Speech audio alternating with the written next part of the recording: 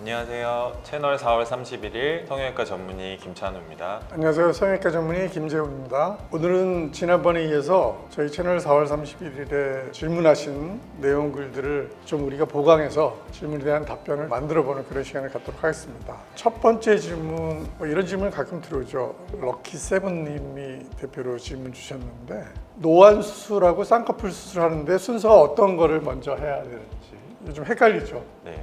노안 수술, 쌍꺼풀 수술, 네. 중간 정도 나이의 분들도 많이 질문하시는 것 같아요. 노안 수술이라고 하면 이제 안과에서 받는 인공 수정체 삽입술이나 아니면 각막 수술 같은 거 이제 안구에 하는 수술을 노안 수술이라고 하는데 되게 이제 충분한 회복 기간을 둘 수 있다면 사실 노안 수술을 먼저 하든 아니면 쌍꺼풀 수술을 하든 상관없는데 비슷한 시기에 수술을 고민하시는 경우에 이 질문이 아마 들어오게 되는 것 같습니다. 사실은 쌍꺼풀 수술은 수술하고 나서 정도에 따라 좀 차이는 있겠지만 한 2-3주 정도면 회복을 하셔가지고 안과 수술하실 때 쓰는 이렇게 개검기라고 하나요?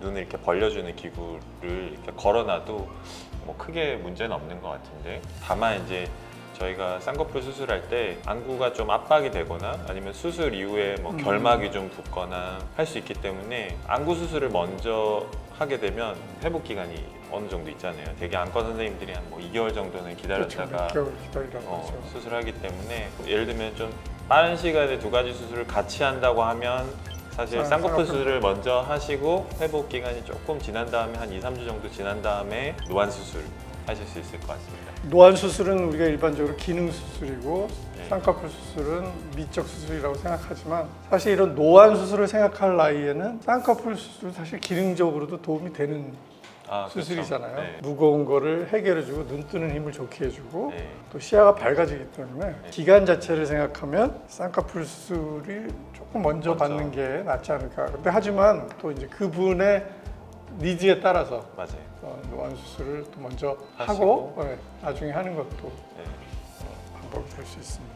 비슷하게는 이제 노안 수술도 이야기하셨지만 제일 자주 받는 질문 중에 하나가 라식이나 라섹같이 맞아요. 시력 교정술하고 쌍꺼풀하고 이렇게 고민하시는 분 되게 많으시거든요. 이것도 사실 비슷하게 생각하시면 될 것 같아요. 되죠. 네, 그래서 안구 수술하고는 각막에 손상을 주거나 결막 부종이 있으면 좀 불편한 시간이 오래 갈 수 있으니까 가급적이면 좀 회복 기간이 짧은 쌍꺼풀 수술 먼저 하고 이제 회복 기간 조금 지난 다음에 라식이나 라섹 수술 하셔도 크게 무리는 없는 것 같습니다. 앞을 밝게 보이게 하고 더 많이 보이게 하고 세상을 또 아름답게 보는 의미에서는 둘 다 같은 수술이니까 네. 기간 정해놓고 같이 하시면 될 것 같습니다. 두 번째 질문은 쌍꺼풀이 없는 분이 질문하시는 경우에요. 무쌍인데 시간이 지나면서 눈에 주름이 생겨서 좀 쌍꺼풀을 작게 한 라인으로 한 개의 라인으로 잡을 수 있나요? 하는 질문을 주셨습니다. 질문 주신 분이 아마 성별은 밝혀지지 않으셨지만 아마 남자분이 되게 아니실까 남자분들이죠. 되게 생각합니다. 이제 그래서 아마 질문 주실 때도 2-3mm 정도로 아주 낮게 라인이라고 표현하셨던 부분이 아마 속쌍꺼풀 수술을 이야기하시는 것 같고요. 눈꺼풀 위에 잡힌 주름의 정도나 아니면 또 피부의 늘어짐 정도나 이런 게 사람마다 좀 다르기 때문에 쌍꺼풀 라인을 낮게 잡는 것 자체는 물론 가능합니다만 이거 이제 비절개로 수술할 거냐 아니면 절개 방법을 택할 거냐는 사실은 내원 한번 하셔가지고 체크를 해보는 게 좋을 것 같습니다. 예를 들어서 굉장히 미세한 잔주름 같은 게 있는 경우에는 속쌍꺼풀 라인으로 쌍꺼풀 수술만 하셔도 이 잔주름들이 해결되면서 좋아지시는 경우도 있거든요. 하지만 이제 겹주름이 아주 깊게 많이 생기거나 아니면 피부 늘어짐이 심할 경우에는 피부 절제를 일부 해야 되기 때문에 그런 경우에는 이제 절개 방식으로 속쌍꺼풀 라인으로 수술하시면 될 것 같습니다. 다음은 이제 눈 수술하고 관련은 없었는데 다른 내용으로 이제 성형외과 전반에 관한 내용으로 질문 주셨어요. HHHO님이 대리 수술, 유령 수술에 대한 컨텐츠 좀 다뤄주셨으면 좋겠다.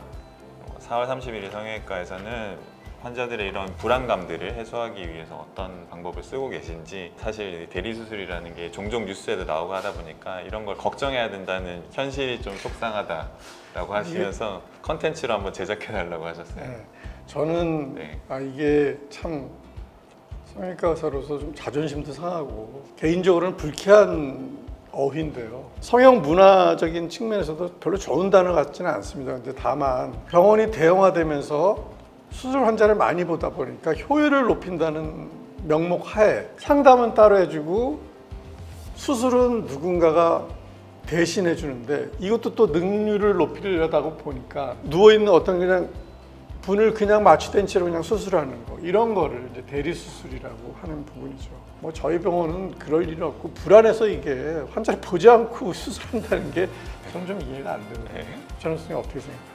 저도 뭐 마찬가지인 것 같아요. 사실 뭐 환자분들도 수술에 대해서 결과에 대해서 어떻게 해야 될지 고민도 많으시고 걱정도 되시고 수술 끝나고 나서도 모양 잘 됐나 안 됐나 걱정하시지만 사실 제대로 된 성형외과 의사라면 환자분들 걱정하는 마음만큼 그 정도는 진짜 고민한다 생각하거든요. 누구한테도 맡기고 대리로 시킨다는 것 자체가 힘들어요. 네, 그리고 무서운 일이고 네. 그런 걱정은 너무 하지 마시고 또 그런 걸 정 구별하시려면 의사 선생님 만나보고 그 병원 분위기 보면은 다 아실 거라고 생각을 합니다. 네. 특히 눈 수술, 코 수술은 굉장히 힘든 부분입니다. 대리 수술이. 그다음에 이 앞팀에 대한 질문들.